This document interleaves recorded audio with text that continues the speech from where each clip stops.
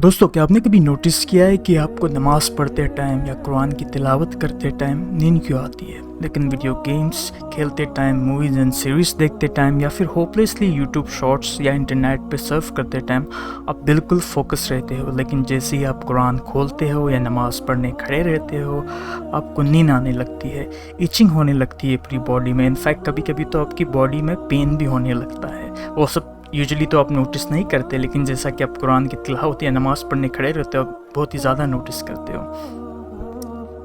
आप दीन से रिलेटेड कोई भी चीज़ इंजॉय नहीं कर पाते हो। ये सबसे बड़ा रीज़न है कि आपको नमाज़ पढ़ने में या कुरान की तिलावत करने में या इससे रिलेटेड कोई भी चीज़ करने में बिल्कुल भी इंटरेस्ट नहीं होता, आपका बिल्कुल मन नहीं होता। तो इसकी क्या वजह हो सकती है? क्या शैतान ने अपनी फ़ौज के साथ चारों ओर से आपको घेर रखा है? बिल्कुल नहीं। या तो आपका दिल इतना काला हो चुका है कि इसमें दीन से रिलेटेड कोई भी जगह नहीं बची है। नहीं दोस्तों, ऐसा नहीं है। या तो फिर अल्लाह ताला आपसे नाराज़ है और आपको बिल्कुल भी प्यार नहीं करता।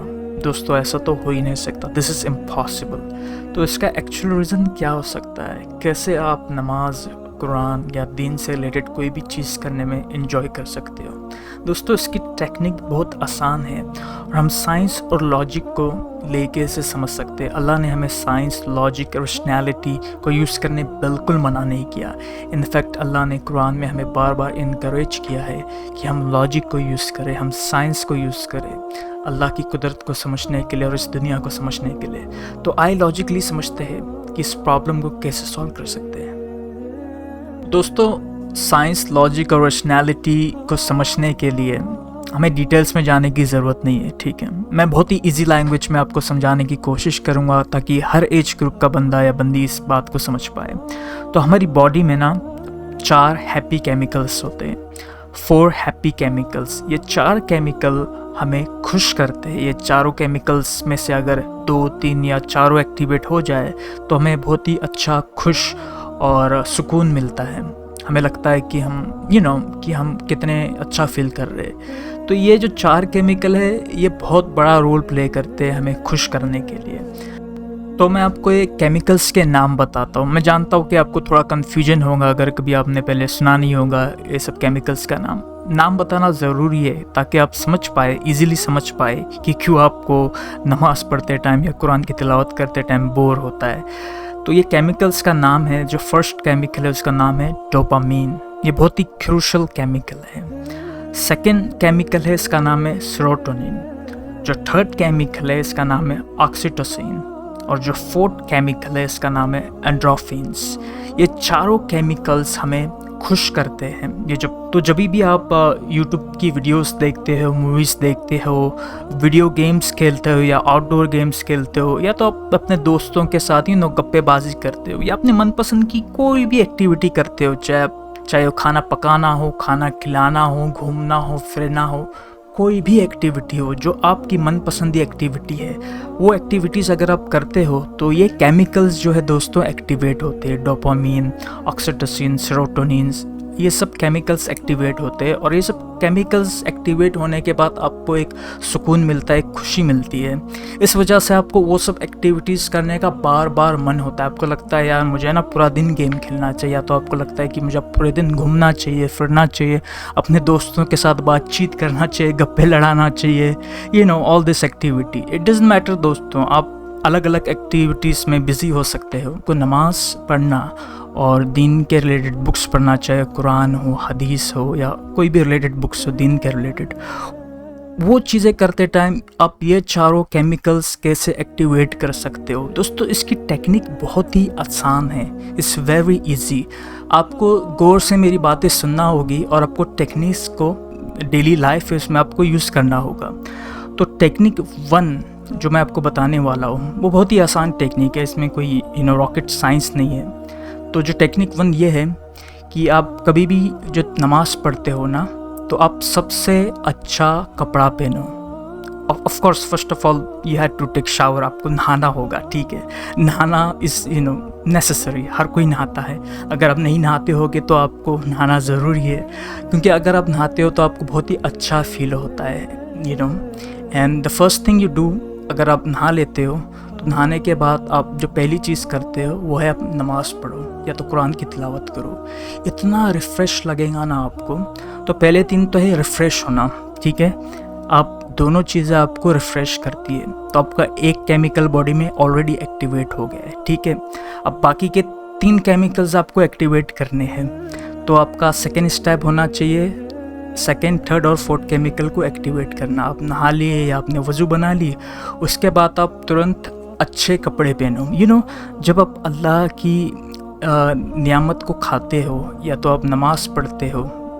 नमाज़ पढ़ना is like talking to Allah. आप अपने दोस्तों के साथ चैटिंग करते हो ना, सोशल प्लेटफॉर्म्स पे आप बातें चीतें करते हो ना उनसे, तो भाई आप नमाज़ पढ़ रहे हो, इट्स कम्युनिकेशन विद अल्लाह। अल्लाह ने आपको दिन में 5 टाइम अपॉइंटमेंट दे रखा है भाई, 5 टाइम फ्री अपॉइंटमेंट है। मेरे बंदे आज आप मुझसे बात कर ले।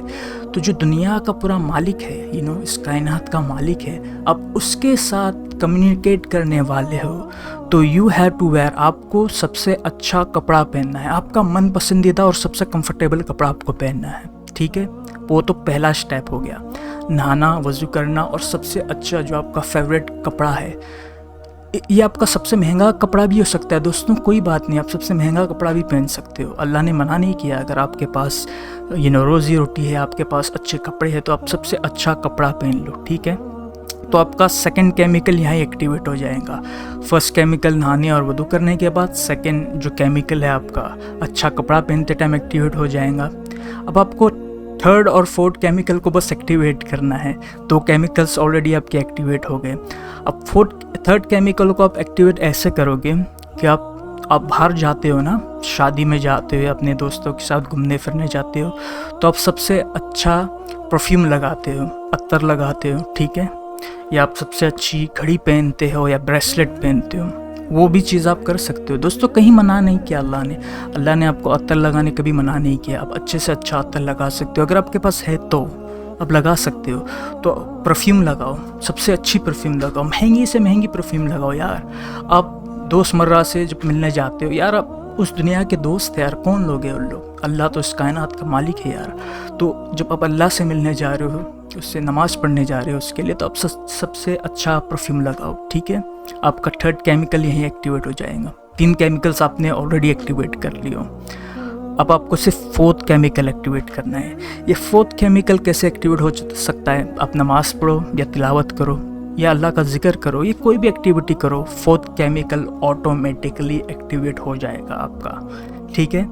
तो आप अगर नमाज़ पढ़ने खड़े रहते हो, as I told you earlier, जैसे कि मैंने आपको बताया, आप अच्छे कपड़े पहनो, सबसे अच्छे और कंफर्टेबल कपड़े पहनो, फिर सबसे अच्छा परफ्यूम लगाओ। आप सबसे अच्छी महंगी घड़ी भी लगा सकते हो, कोई बात नहीं दोस्तों।